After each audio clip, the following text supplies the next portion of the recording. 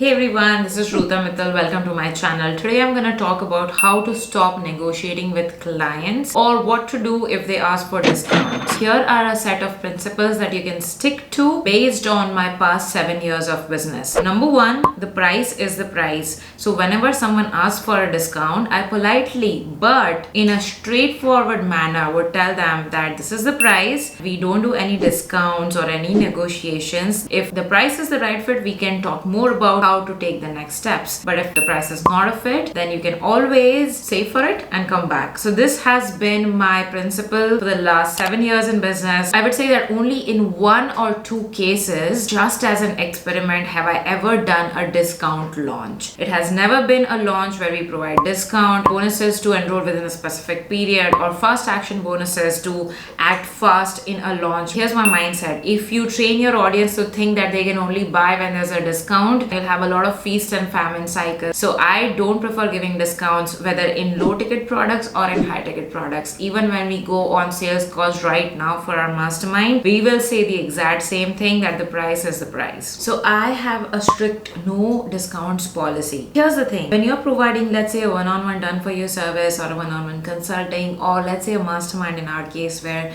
there's a lot of effort, time and energy that goes into from my side and my team's side. So it's really not fair that we discount the price that other people have already paid for it, and now we are discounting it for the new set of customers. That's not really fair to our old customers and our alumni who have already paid for it. Now, assuming you sell, let's say, a digital product, ebook, self-study course, but there's not really an effort that goes into the day-to-day fulfillment of that project or that product, then it makes sense that, all right, you could do a Black Friday sale and have like 20% off or a 50% off. That makes sense. Not something where your previous clients have paid for a service and now it's not fair to them, and you have day-to-day energy and effort going into maintaining that product and fulfilling that product every single day. The third thing that I do to not be stuck in a specific price range is I double the price with every client. When I started as a freelancer, the first client I charged $280 for 1 month of Facebook ads management service. The next client I charged $600. The next client I charged $1,200 until I was charging $8,000 per month per client for my services.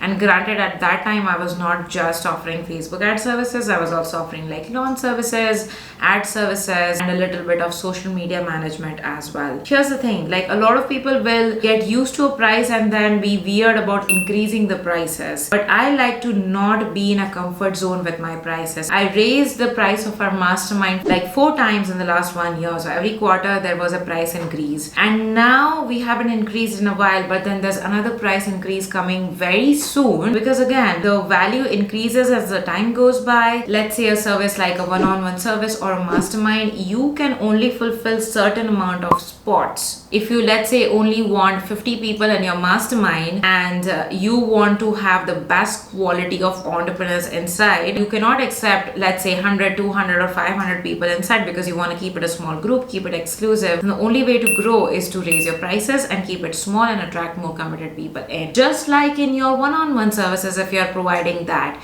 if you want to have people value your services and work with only, let's say, premium clients, then you can charge $2,000 per month for their services and then only work with like 4 or 5 clients, make a good living, make a good income. And that is a good way to run a business, rather than, let's say, charging $300 per month per client and having to work with 20, 30, 40 clients just to meet your goals of hitting $10,000 months. Another thing, a lot of people are in the feast and famine cycle and they will accept any lead wanting to pay them anything. This is very common. I get it. I've been through a space where, you need the money to pay the bills. You need that cash flow. Totally get it. But if you're always running behind clients who will pay you anything and everything, you will always be in the discount mentality, in the negotiation mode. So that's why, to curb this, you need to have an abundance of leads and calls being generated either via your organic content machine or your paid advertising, so that you have your pick of leads and clients to choose from, and you can only work with clients who can genuinely afford your services, your dream price. And if people are not willing to pay your prices, you can be like, okay, that's all right, But the price is the price. This is my non-negotiable price. We don't do any negotiations. We don't do any discounts. If this is the price, if our price is in your budget in the near future, please get back to us. But otherwise, we have other people in the wait list who can afford our services. So again, you are not losing your leverage. You're not putting everything on the table. You don't have to bend down to their rules and their budget. It's alright if they don't have budget for your services. They can hunt somewhere else. They can find someplace else. At least you don't have to lower your standards to fit into what their budget is. You can find clients who can afford your budget. And there are so many of those out there in the market, and you need to have the patience to find for it, and the patience comes from having an abundance of leads and calls generated. Then boundaries are important. Let's say you have a high ticket client on a retainer, but they keep adding more things to your plate. Again, that's not really fair to you. You have a retainer, but it's for, let's say, A, B, and C things, but they keep on adding D and E kind of projects onto your plate as well. Well, if it's a one-time thing, that's all right, but you can also politely say that, hey, the projects included in D and E are charged at these prices, and we can add to the project if you want to keep adding them, if you want to make sure that these get done on time. But these is a la carte pricing on top of retainer pricing.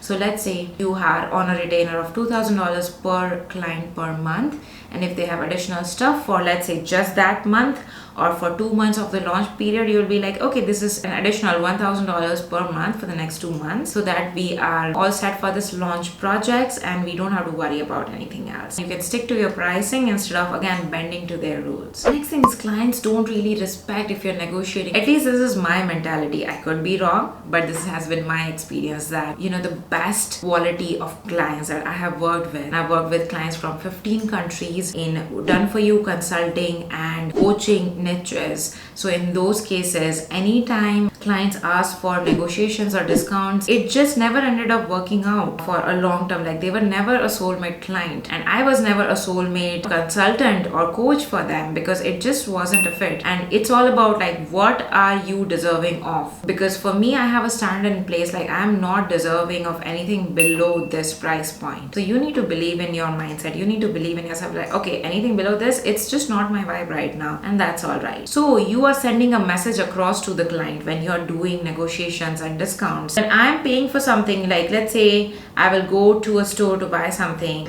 People will sometimes advise you need to negotiate. This is a negotiation / bargaining area. But my guess is, like, if you're negotiating so much, I don't get what the real price is. Because let's say someone can negotiate to half, someone else can negotiate to 1/5 of the price. So I feel like I'm being taken advantage of. Do I bargain too hard, too low? It's just weird. So I don't like to stick to that. I don't like to bargain. And this is my vibe in business. If you have been negotiating and it's working out well for you, great. But if you have not been hitting your dream prices or your dream income, then this is the switch you need. The last thing I will say is, be willing to walk away if your prices and your boundaries are not met. Pretty clear. If on the sales call you share the pricing and you do the objection handling and you share the ROI that, hey, with our marketing help in the next 3 months you could make potentially 6 figures, $100,000 in your top line. In this contract, you're just paying me $8,000. So you do the math on what is the ROI. If you are able to sell based on the outcomes that you're promising, rather than, let's say, your hourly input that it will take to do the job done, then it doesn't really make sense. But if you're truly sharing the outcome, sharing the ROI, and be like, okay, this is what you could make based on the numbers and estimations and projections that we have discussed, then it's just a no-brainer offer.